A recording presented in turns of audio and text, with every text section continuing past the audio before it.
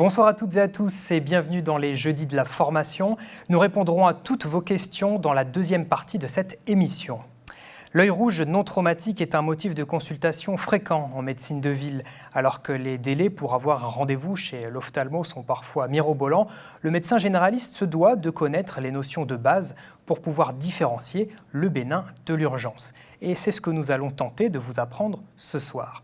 Voici les objectifs pédagogiques que nous allons aborder dans l'émission. 1. Savoir faire l'interrogatoire et l'examen oculaire. 2. Connaître les étiologies d'œil rouge non douloureux. Et enfin 3. Connaître les étiologies d'œil rouge douloureux. Je vous présente tout de suite mon invité de ce soir, le docteur Franck Hérite. Bonsoir. Bonsoir Damien, je vous remercie de votre invitation. Je vous remercie d'être venu. Vous êtes ophtalmologiste libéral au Vésinet dans les Yvelines. Et je vous rappelle que vous pouvez donc dès maintenant poser vos questions grâce à la boîte de dialogue située en dessous de votre écran. Alors, docteur Hérite, on va rentrer dans le vif du sujet. Imaginons, on est médecin généraliste, c'est notre fin de journée, dernier patient, et là, c'est l'œil rouge qui arrive. Quelles sont les premières choses que l'on doit penser tout de suite sous-corticalement quand on voit ce genre de symptômes et de patients arriver? Première chose, éliminer la vraie urgence. Il n'y en a pas beaucoup. Après, les choses peuvent attendre, bien souvent. Bien sûr. Les principales causes, c'est surtout le glaucome par fermeture de langue. Ouais. Ça, c'est le diagnostic à ne pas rater et qu'on ne peut pas rater. Parce que c'est un diagnostic qui est facile, qui demande un examen sans matériel et que tout le monde peut faire. Ça, c'était le premier, ouais. Oui. Ensuite, on va avoir l'uvéite, diagnostic plus difficile, qu'il faudra orienter rapidement. Et puis ensuite, vous avez toutes les atteintes de cornée. Qui dit atteinte de cornée, dit goutte de fluo, qui va vous permettre d'orienter le patient, soit de le traiter, soit de faire votre diagnostic et le traiter, soit d'orienter rapidement si c'est nécessaire. Ouais. Alors on va revenir sur les différentes étiologies plus tard dans l'émission, mais les signes vraiment, le signe qui va faire que voilà, on sait tout de suite qu'on est devant, c'est la douleur, c'est quoi? C'est devant une rougeur oculaire, c'est l'association rougeur, une douleur et une baisse de vision. Là, la sonnette d'alarme s'allume et je sais que je suis tombé sur quelque chose d'important que je ne peux pas passer à côté. Qu'il ne faut pas négliger, oui. Qu'il ne faut pas négliger. Cette douleur, est-ce qu'elle est... c'est quoi le type de douleur vraiment? Parce qu'on dit douleur, est-ce que c'est le grain de sable qui gêne? Parce qu'il y a douleur et douleur, c'est subjectif. Vous avez tout à fait raison. La douleur, c'est variable. Si vous prenez la crise de glaucome aigu, ça fait très mal. Très, très mal. Si vous avez une kératite, ça peut être variable. Ça peut faire mal. Je vais avoir l'œil qui se ferme. Je dis, docteur, ça me fait mal. Bon, mais c'est tenable. Si vous avez une uvéite, ça va être une douleur plus sournoise. Ah, je vous assure, mon œil me fait mal. Depuis plusieurs jours, etc. Voilà. Vous voyez, ce que j'allais dire, est-ce qu'il y a une notion d'apparition aussi? Est-ce que, par exemple, le glaucome, ça va être direct? Alors, crise de glaucome aigu, c'est typiquement la femme de plus de 60 ans qui sort du cinéma et qui a mal d'un seul coup et qui vient vous voir. C'est ça, le diagnostic. Après, vous voulez qu'on parle tout de suite du diagnostic? On va y revenir après, mais c'est vrai que La kératite, ça peut être un corps étranger, ça peut être une conjonctivite qui se complique, ça peut être un herpès qui commence, ça me fait mal, il est rouge, il est larmoiement, docteur, j'ai très très mal et je vois beaucoup moins bien. Mais une histoire qui dure depuis 15 jours, c'est pas une urgence absolue. C'est pas une urgence absolue. Vraiment, là, c'est la douleur qui arrive nette d'un coup sur des événements. Est-ce qu'il y a plusieurs types, parce qu'on dit œil rouge, mais est-ce qu'il y a plusieurs types de rougeurs finalement qui sont plus au niveau vasculaire? Tout à fait. On va distinguer deux types de rougeurs. Vous avez l'hyperémie conjonctivale, c'est-à-dire une vasodilatation des vaisseaux de la conjonctive, avec très souvent, notamment dans les urgences, ce qu'on appelle le cercle périkératique, c'est-à-dire tout autour de la cornée, une vasodilatation très localisée. Ça, attention à ça, parce qu'on les retrouve dans le glaucome, les uvéites.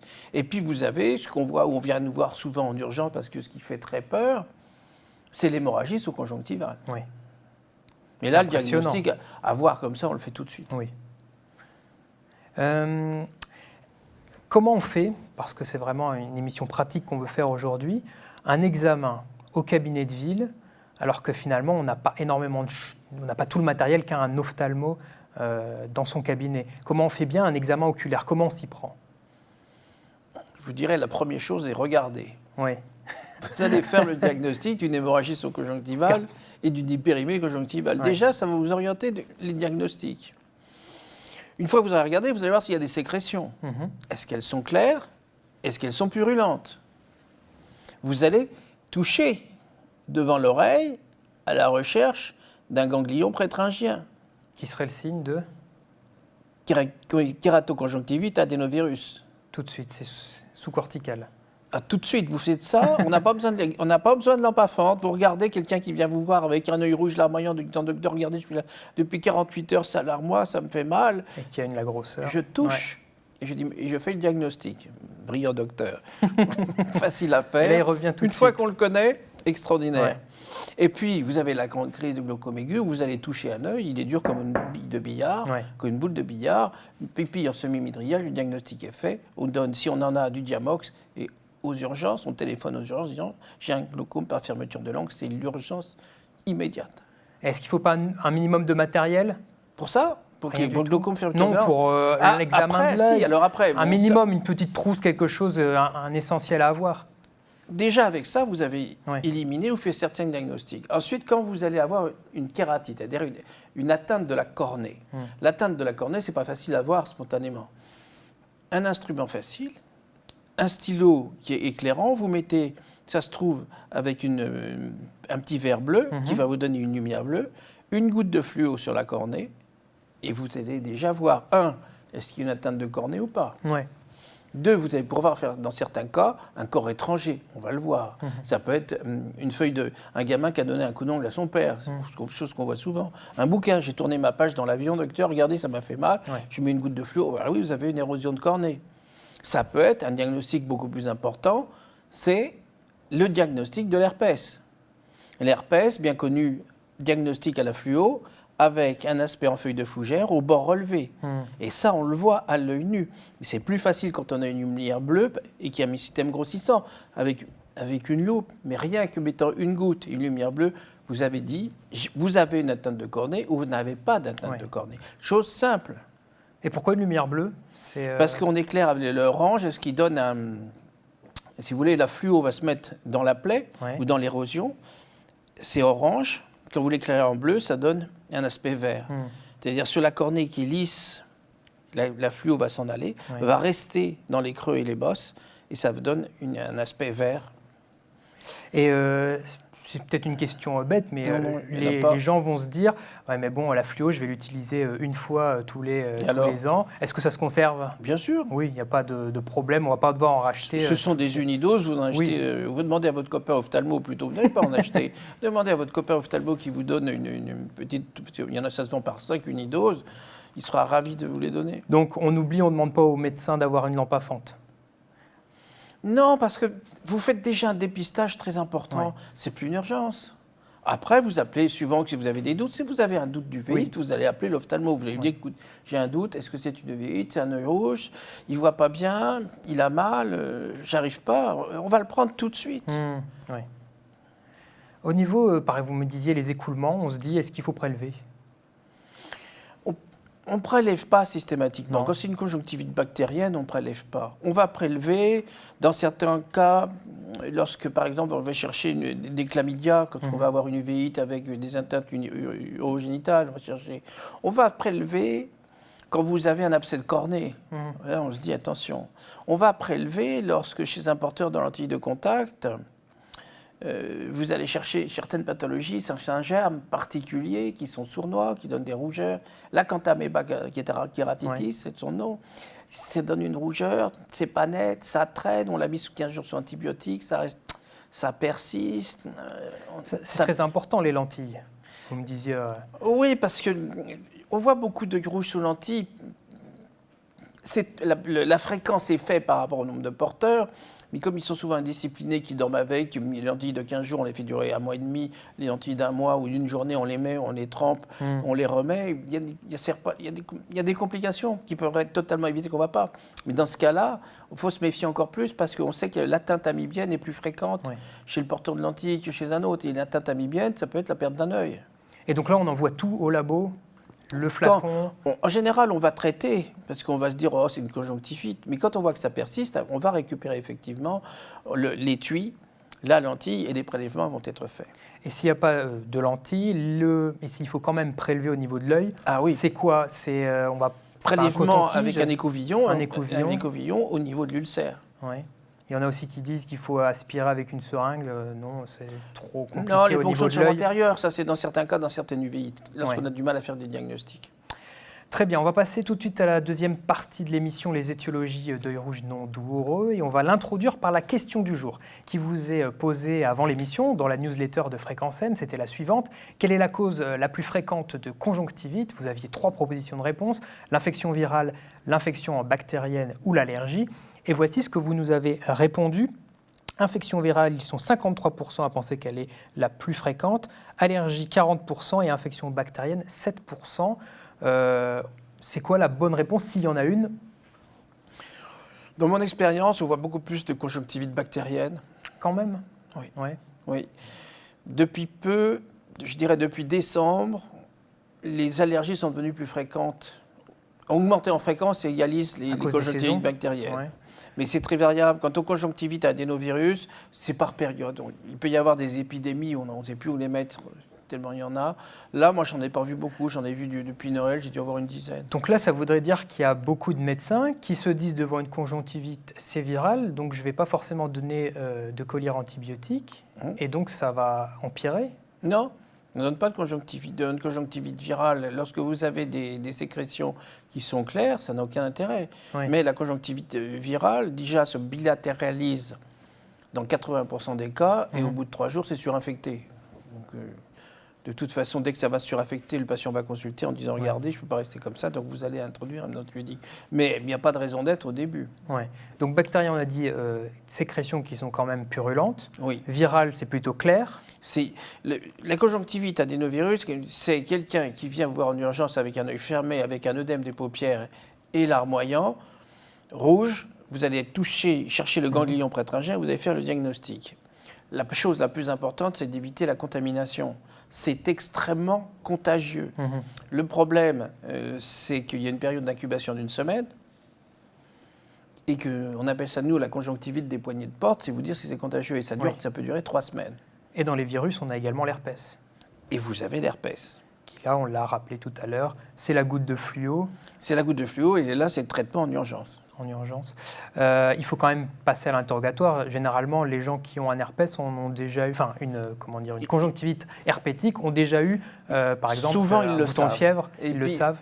Et à la différence de ceux où c'est la première fois, ils vont venir très vite. Oui. Ils n'attendent pas.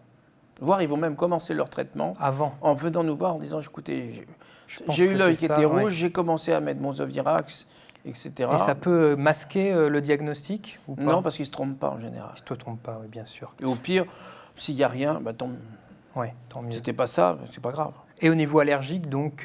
L'allergie, on en voit beaucoup. Devant la pollution, on en a vu beaucoup à Paris, là, depuis en décembre, je n'en ai jamais vu autant. Là, il n'y a pas de sécrétion du tout? C'est plus des larmoiements? C'est un larmoiement et c'est des démangeaisons. Oui. Ils arrivent en disant « ça me démange, ça me démange ». Justement, ça démange plus que ce n'est douloureux, parce qu'on dit que c'est un œil rouge non douloureux, mais les gens, quand même, ils disent mais c'est peut-être une conjonctivite. Ça démange, je frotte, donc j'irrite et ça fait mal. Donc c'est là où ça fait mal, mais c'est pas... douleur. Ils viennent en disant ça me démange. Oui. Et regardez comme je suis. Ils ont l'œil comme ça, les paupières, bilatérales en général. Il n'y a pas de vraie douleur. Ouais. Et au niveau du traitement, du coup, au niveau de ces différentes étiologies, donc on a dit si c'est bactérien, qu'est-ce qu'on fait? Les collyres antibiotiques? Collyres antibiotiques, oui. Les virus, il faut surtout pas, ni dans l'herpès ni la conjonctivite adénovirus, mettre des corticoïdes. C'est-à-dire qu'on ne donne un corticoïde que quand on... Déjà, je dirais dans les yeux, soyez très prudents avec les corticoïdes. Il ne faut pas oublier une chose, que si c'est un herpès ou une conjonctivite adénovirus, vous faites plomber la maladie. Ouais. Donc ça, c'est pas bien. D'autre part, si vous mettez des corticoïdes à long terme, vous pouvez induire un glaucome qui après va évoluer pour son propre compte. Donc vraiment, avec parcimonie des corticoïdes, que quand on est sûr du diagnostic. Ça, c'est très, très, très important. Deuxième étiologie d'œil rouge non douloureux, c'est l'hémorragie sous-conjonctivale. C'est quand même impressionnant, mais finalement, c'est pas si grave que ça. Les patients ont très peur. Ouais. Ils appellent sur la ligne directe directement, vous pouvez me voir, j'ai peur. Donc, il faut bien savoir une chose, c'est que l'importance n'a pas d'importance. Ça veut dire que ça soit un point rouge ou le globe oculaire entouré d'un hématome, ça a la même valeur diagnostique. Ouais. Ce qu'il faut chercher, c'est toujours les mêmes choses, hein. Une hypertension. Mhm. Alors ça peut être intéressant. Là, on va faire un fond d'œil, parce qu'on va rechercher les signes d'hypertension artérielle. Ça peut être intéressant si vous avez des gens qui font des pics de tension. Mhm. Et là, il peut y avoir des claquages de vaisseaux, etc., qu'on va retrouver. Ça peut être les traitements anticoagulants. Oui. C'est le plus souvent ce qu'on voit ça. Après, vous avez des problèmes de plaquettes, de taux de plaquettes trop bas. Mais surtout, dans ma pratique, c'est surtout les anticoagulants. Ouais. Et les Donc, traumatismes, rassurer. les traumatismes aussi, ça peut ou pas du tout? Ah oui, Ouais. un traumatisme, bien sûr. Une contusion peut toucher un vaisseau qui va se mettre à saigner. Parce que finalement, ça ne va pas faire mal. C'est la personne qui va se lever le matin ou qui va voir, ou on va lui dire en allant chez son boulanger, mais vous avez l'œil rouge. Oui, ils ne vont pas s'en rendre compte. Non, mais sauf que quand c'est un coup de poing, que vous avez pris un hématome comme ça. Là, dans le cas traumatique. Oui. Mais sinon, non, souvent, ils se réveillent, ils voient ça dans le miroir, ils disent, oh là là, et panique à bord. Et c'est souvent les mêmes personnes c'est récidivant, c'est-à-dire, vous m'avez dit, si le traitement, par exemple, de l'hypertension n'est pas bien pris, il peut y avoir des pics. C'est toujours les mêmes personnes, finalement. On a toujours l'impression que ça récidive, genre pendant 2 mois, ils n'ont rien, et puis bam, on revoit la même personne avec un œil rouge. Il y a des prédispositions, non? Non, parce que quand c'est des poussées d'hypertension, l'hypertension va être traitée, donc ça ne se reproduira pas. Le problème d'anticoagulant, des fois, ils le font, oui. Ouais. C'est récidivant, il doit y avoir un problème de gérer les doses. Tant que ça reste juste ponctuel comme ça, c'est pas gênant. Ouais. Donc la conduite à venir, finalement, il n'y a pas grand-chose à faire. L'œil, ça va se résorber en combien de temps? C'est long. C'est long? C'est long, une hémorragie sous-conjonctivale. On les voit, par exemple, j'ai opéré ce matin des myopies. Vous avez un système de ventouse. La première question que vous pose le patient, il va vous dire, mais attendez, je vais rester combien de temps avec ce rouge-là? C'est 15 jours. Ah oui. Et là, il n'y a rien à faire à part mettre des lunettes de soleil pour cacher. Oui, et si c'est très volumineux, on met souvent des colliers lubrifiants pour éviter que la paupière ne frotte. Parce que comme ça a de l'épaisseur, ça frotte. Donc ça peut être douloureux et sensible. Dans ce cas-là, on met un collier lubrifiant qui va permettre que la paupière glisse sur l'hématome sans gêner. Et ils en mettent à volonté. Puis on a également tout plein de petites circonstances où on peut avoir un œil un peu rouge qui ne va pas forcément faire mal et qui n'est pas forcément une conjonctivite ni une hémorragie sous-conjonctivale. C'est quoi? C'est pas très inquiétant? Je vous remercie de cette question parce que c'est fréquent, il faut faire très attention. Ça peut être les micro-crises de glaucome par fermeture de langue. La personne un petit peu âgée, qui a des yeux rouges, qui de temps en temps ça me fait mal, tout de suite y penser. Ça, il faut y penser. Ça se rouvre et ça se ferme tout de suite? Ça, vous allez faire le diagnostic, on va faire une iridotomie au laser et c'est fini, on n'en parle plus. Ouais. Encore faut-il y penser et faire le diagnostic. Bien sûr. On fait des examens, des OCT qui vont montrer une chambre intérieure étroite, bref, le diagnostic, il est fait. Et puis, vous avez ces yeux rouges, j'ai envie de dire banaux, notamment, ça peut être chez les enfants, les gens qui travaillent sur ordinateur, qui se plaignent de rougeur, etc. Alors, on peut dire, il y a 2 facteurs qui interviennent. C'est, surtout chez les gens qui travaillent sur ordi, et qui passent maintenant, je me demande même quand je demande la profession des gens combien d'heures ils travaillent par jour sur ordinateur, ils me regardent avec un sourire, ils me disent je passe ma journée dessus. Oui. Donc ça, c'est notre quotidien. Les professions ont changé en quelques années, ils passent leur vie dessus. Qu'est-ce qu'il faut faire? Il faut leur donner des colliers hydratants en leur disant les choses suivantes, que le flacon de collier, on le pose devant l'écran d'ordinateur. Oui. Parce que si c'est comme mon café, comme je leur dis, il est dans la cuisine. À midi, il est froid. Et il est toujours plein. Ouais. À l'inverse, si je mets mon flacon, je donne des trucs pratiques. Hein. Je pense qu'on est là pour donner des trucs et des... Je leur dis, posez le flacon devant votre ordi. Et toutes les 2-3 heures, vous allez en mettre une goutte. Mais vous allez y penser. Mais ne mettez pas les gouttes dès que vous arrivez, ça ne sert à rien. Parce que vous arrivez, vous êtes frais et rose, vous arrivez, quoi ça va servir? À rien. Au bout de 2 heures d'ordi, vous aurez moins cligné, les larmes se seront répandues. Comme vous clignez moins, vous avez des zones de dessiccation, vous avez une irritation, vous avez des yeux rouges. Et le soir, on fait tous comme ça, parce qu'on a travaillé sur ordi et que les yeux sont irrités. Donc, prévenir, leur dire, vous commencez à 8 heures, commencez à 10 heures, et à partir de 10 heures, toutes les 2-3 heures. Et ça suffit. Et ça suffira pour la journée. Ça suffit pour la journée. Très Ça, c'est bien. des petits trucs. Deuxième chose, parce qu'il ne faut pas dire quelqu'un qui dit j'ai les yeux rouges, je suis sur travail sur ordi, bah, c'est rien, prenez juste un collier et c'est bon. Non. Ce qu'il faut bien comprendre, c'est que l'ordinateur n'abîme pas les yeux. Ça n'abîme les yeux que ceux qui ne veulent pas travailler sur ordinateur. Ça, c'est très clair. Les consultations de docteur, faites-moi un mot comme quoi je ne peux pas travailler sur ordinateur. Bon. Ça, c'est classique. Ça n'aggrave pas Non. la baisse C'est d'acuité comme la visuelle. télévision, il y a quelques années, Ouais. j'étais tout petit, on disait la télévision rend les gens myopes. Non. Pour voir la télé qui était à 5 mètres, il fallait y voir clair. Si vous étiez myope, vous ne voyez pas clair. Donc on allait voir l'ophtalmo.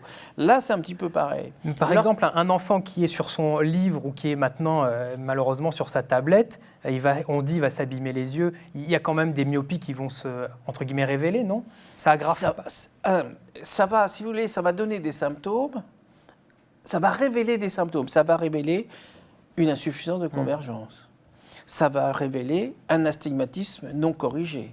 Ça va révéler chez les enfants, on en voit souvent, des enfants qui écrivent couchés sur leurs feuilles. Et les parents me disent, mais docteur, il dit qu'il ne voit pas le tableau, mais vous le faites lire, il voit bien. Pourquoi? Parce que les enfants ont très souvent une mauvaise habitude de se mettre à 10 cm parce que c'est des enfants qui ont très souvent des difficultés de concentration. Donc pour être, vous savez, comme les petits, quand ils se mettent devant la télé, ils se mettent à 30 cm. Mon fils à 3 ans, il se mettait devant la télé. Il était comme ça, il rentrait dedans. Ouais. Ben, quand ils sont plus grands, ils se concentrent sur leur devoir de maths parce qu'ils stressent et on diminue la distance de lecture. Et après, le gamin, ça donne des enfants qui ont des yeux rouges le soir. Et surtout, c'est des enfants qui ne veulent plus lire le soir. Oui. Mais ils ne vont pas verbaliser ça. Ils vont faire autre chose. Oui, c'est important. Et ça, c'est très important à dépister. Et ils sont voûtés. Ils se tiennent comme... On les voit quand on va en salle d'attente. Moi, je les vois, ils sont comme ça. Et regardez, dans les salles d'attente, on a les mêmes. On a la mignette de 16 ans qui est avec son téléphone, qui passe son temps, etc. Il y a une qui est passée devant moi, elle ne m'a pas dit bonjour, elle est rentrée dans la salle. Bon, on ne dit rien, mais bon, c'est comme ça. Mais ça engendre des yeux rouges, une fatigue visuelle, c'est pas grave. Et avant de l'envoyer voir l'orthoptiste, envoyez-la à l'ophtalmo, on va éliminer un problème visuel, très souvent un astigmatisme. Bon, c'est très important et c'est un message qu'on envoie aux médecins. Oui, s'il vous plaît. Avant de passer à la troisième partie de l'émission, je vous rappelle que l'on attend vos questions et on y répond dans moins de 10 minutes. On passe donc à notre deuxième partie où là, c'est l'œil rouge qui est douloureux. Première chose à voir, vous l'avez dit tout à l'heure, c'est baisse d'acuité visuelle ou non? Quand il y a une baisse de vision, c'est l'association un œil rouge, baisse de vision et une douleur. Ouais. Donc on revient à la grande crise Le glaucome. de glaucome qu'on ne doit pas passer. La femme, je vous l'ai dit, de 60 ans qui sort du cinéma parce qu'elle est en semi-midriat, un œil très dur. Et là, c'est direction urgence. Direction des urgences. La kératite. La kératite, une atteinte de cornée, ça fait très mal. Ouais. Mais ce n'est pas une douleur sourde. C'est une douleur, ça me brûle, ça fait vraiment mal. C'est comme un coup de couteau dans l'œil, docteur. C'est violent. Ouais. C'est pas des petites piqûres, c'est vraiment violent. C'est violent. C'est pas lancinant. Non, c'est pas lancinant. Le glaucome, il a vraiment mal, c'est profond, c'est épouvantable. La douleur, ça me brûle, ça me fait mal, c'est comme un coup de couteau dans l'œil. Comme ça, je ne peux pas ouvrir l'œil. Et là, la fluo, elle est importante aussi. Fondamentale, vous faites le diagnostic. C'est ça. Avec les kératites, vous faites tout. Elle peut être traumatique, mais elle peut être aussi, il ne faut pas l'oublier, c'est la kératite des neiges. Quand les gens vont au sport d'hiver, la kératite des neiges, c'est les ultraviolets qui ont une toxicité sur l'épithélium cornéen. Je peux vous dire, pour en avoir vu une personnellement il y a quelques années, ça fait très mal. Vous avez les deux yeux qui sont rouges écarlates, vous voyez complètement flou et ça fait mal. C'est la réfraction du soleil sur la neige. On voit ça, la neige, on voit ça l'été au bord de la mer, la réflexion. Et là, le traitement se fait au cas par cas, je suppose. Vous mettez un lubrifiant, les yeux fermés, de la pommade Vitamina qui fait un tapis gras qui protège pareil.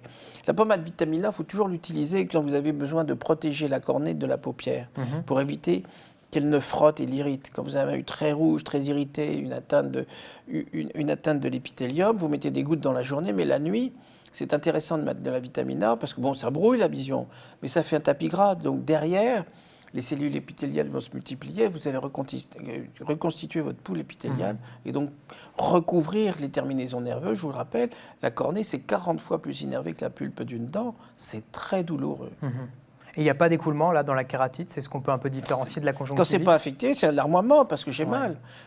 Les grandes différences avec la conjonctivite en termes de... La conjonctivite, c'est le bactérien, c'est purulent. Conjonctivite virale, vous avez aussi un alarmoiement clair. Vous ne faites pas la différence. Mais la différence avec la kératite, pour se dire, c'est plutôt... La kératite, c'est beaucoup plus douloureux. C'est la douleur. C'est unilatéral.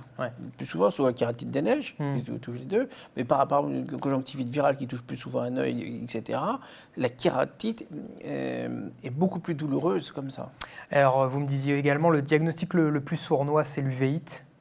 C'est un petit peu compliqué. C'est très difficile. Dans les premiers jours, c'est difficile.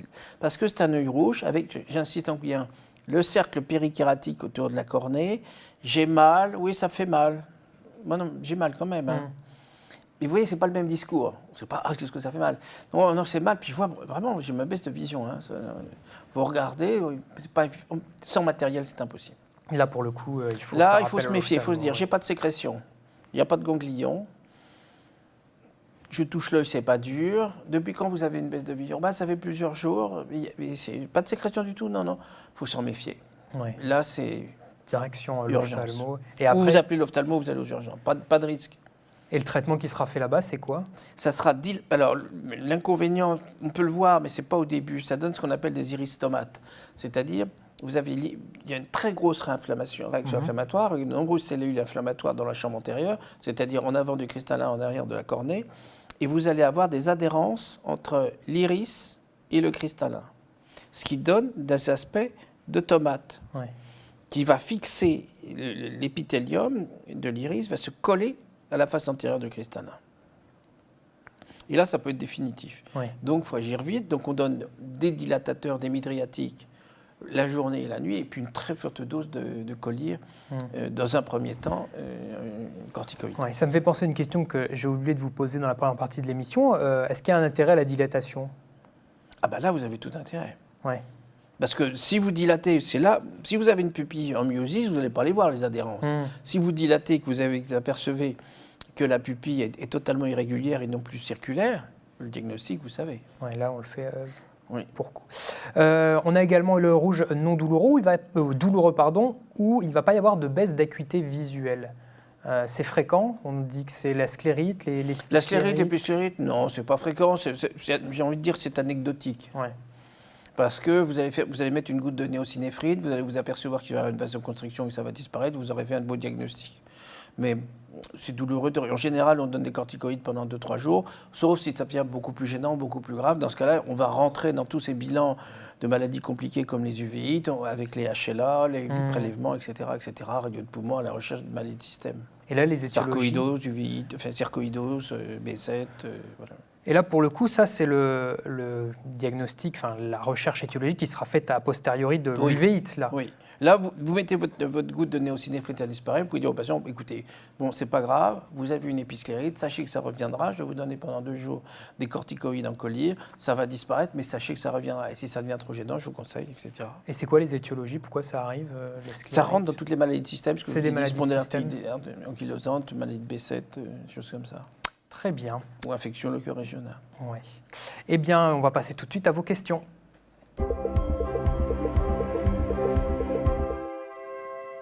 Alors, une première question qui nous dit « Et l'ethmoïdite, point d'interrogation, œil rouge, paupières gonflées et fermées, une urgence absolue ?»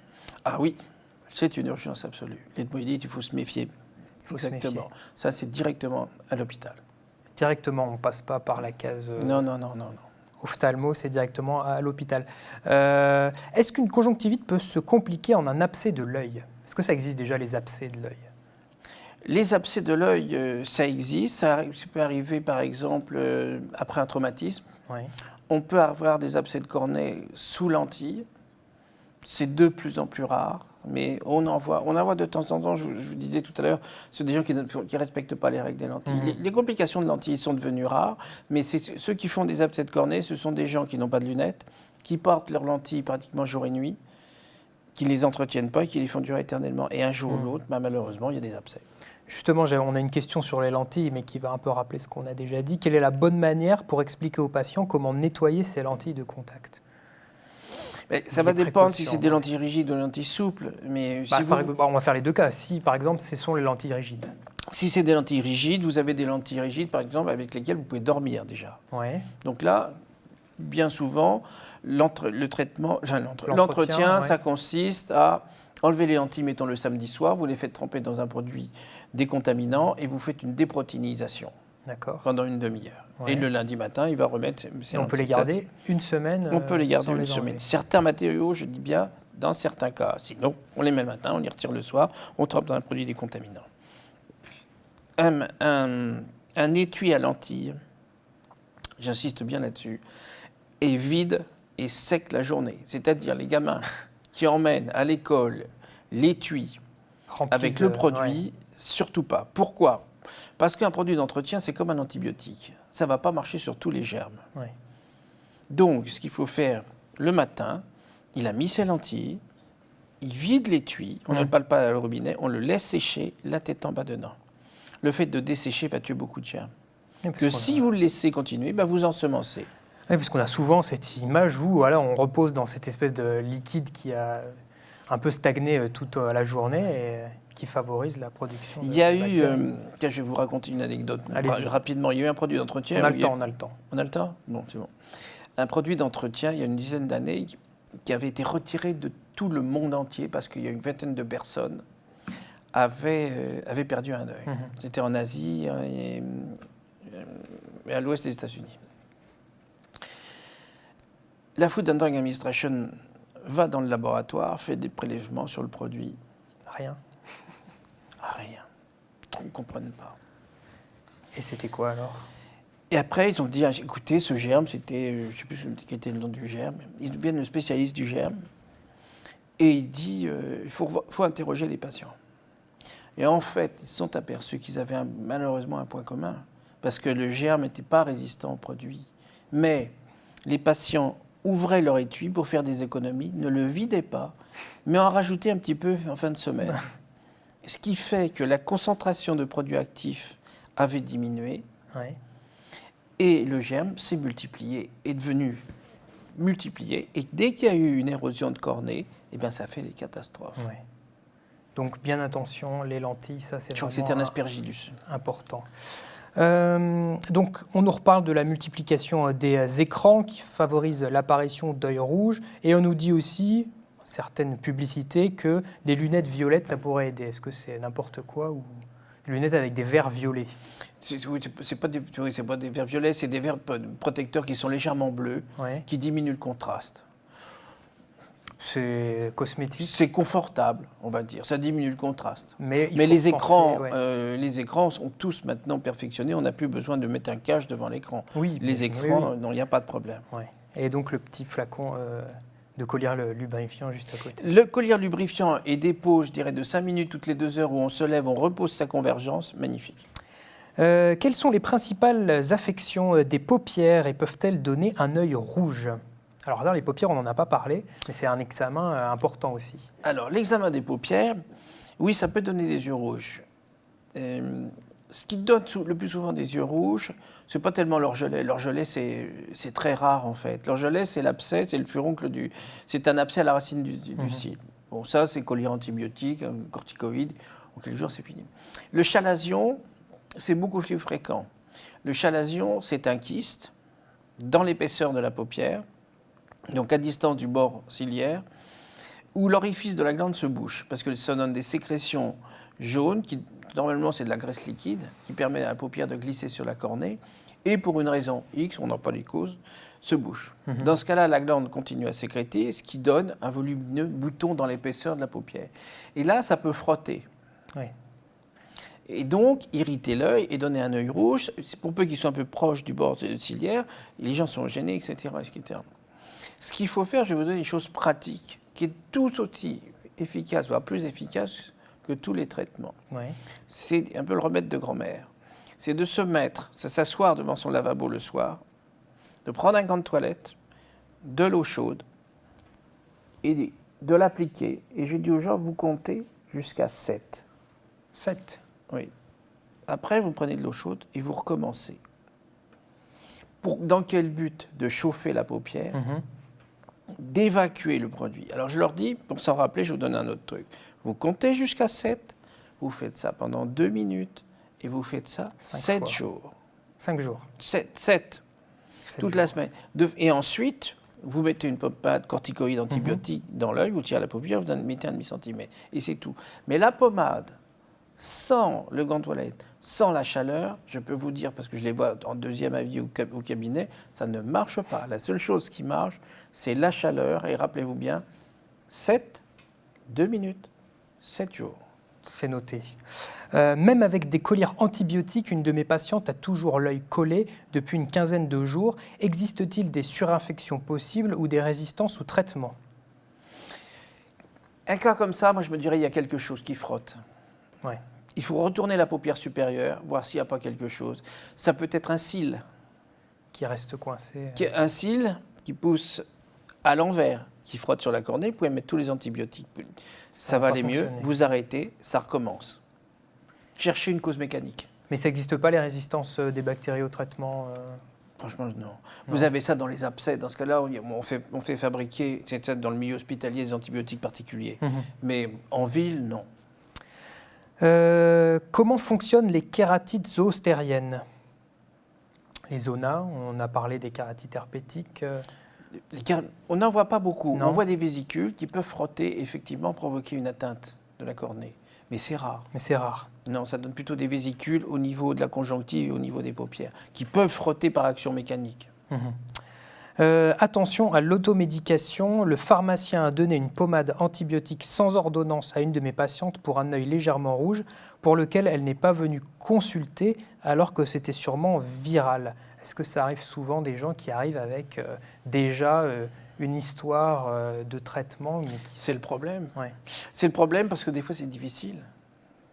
Quand vous avez une uvite qui commence avec un œil rouge, etc., que ça ressemble à une allergie, ça ressemble à une virale, etc., c'est pas toujours facile de faire un diagnostic, surtout quand il y a eu déjà des antibiotiques, mais des fois ils arrivent avec des antibiotiques plus des corticoïdes. Ouais. Pas facile. Et là, on est vraiment dans une... On est mal. On est mal. On Surtout les arrête tout. corticoïdes, là, c'est vraiment ce qu'on a dit. Corticoïdes, je vous dis, si vous mettez une corticoïde sur un herpès, c'est une catastrophe. Dernière question, est-ce qu'une sclérite ou une épisclérite peut apparaître de novo? Est-ce que ce sont des complications des conjonctivites? Non, c'est deux choses totalement différentes. Totalement différentes. Donc ça arrive de novo comme la sclérite, on sait qu'elle va revenir. Voilà, mais il n'y a pas de terrain particulier, ça non. peut arriver à n'importe qui. Non, oui, absolument. Donc on arrive maintenant à la fin de cette émission, Franck Hérite. Est-ce que vous voulez conclure et nous donner, on a déjà donné pas mal d'indications pratiques, mais quel est finalement le message à retenir ce soir? Le message à retenir, c'est que le généraliste a un rôle prépondérant, qui peut par des moyens simples faire des diagnostics, orienter. Je dirais, n'hésitez pas à prendre le téléphone plutôt que de les envoyer aux urgences. Quand c'est une urgence, glaucome, c'est pas nous. Appelez directement l'ophtalmo. Nous avons des lignes directes et nous prendrons les gens en urgence. Oui. Attention, je dirais attention aux corticoïdes. Ça, c'est important. Et ça, pour moi, c'est embêtant quand j'en vois. Je dis rien, évidemment, mais ça m'ennuie. Parce que je me dis, attention. Et le glaucome? Le glaucome, l'herpès, un œil rouge, mettre un corticoïde systématique. Non, surtout pas, faites pas ça. Ça, c'est vraiment à abandonner. Et de toute façon, il faut toujours réadresser à un ophtalmo? Non, parce qu'il y a une conjonctivite bactérienne, on n'a pas besoin de venir nous voir. Quand vous avez un chalazion, je vous dis, vous pensez à mes 777, et ça a disparu. Vous leur expliquez que de toute façon, il restera une petite boule, que ça va durer pendant 6-7 mois. Il ne faut pas s'inquiéter, c'est une réaction cicatricielle contre la glande pour la faire disparaître, où l'organisme agit de par lui-même. Expliquez les choses et ils ne viendront pas nous voir pour ça. Très bien. Merci beaucoup. Juste une petite chose. Pensez au petit stylo avec la lumière l'embout bleu, et demandez à votre copain ophtalmo qui vous donne de la fluo, ce sera un grand plaisir. Très bien. Merci beaucoup, Franck Hérite. Merci beaucoup, Damien. C'est une bonne soirée. Nous. Et merci à vous de nous avoir suivis. Comme chaque semaine, je vous rappelle l'adresse mail des Jeudis de la Formation pour poursuivre la discussion, jdflemoine@gmail.com.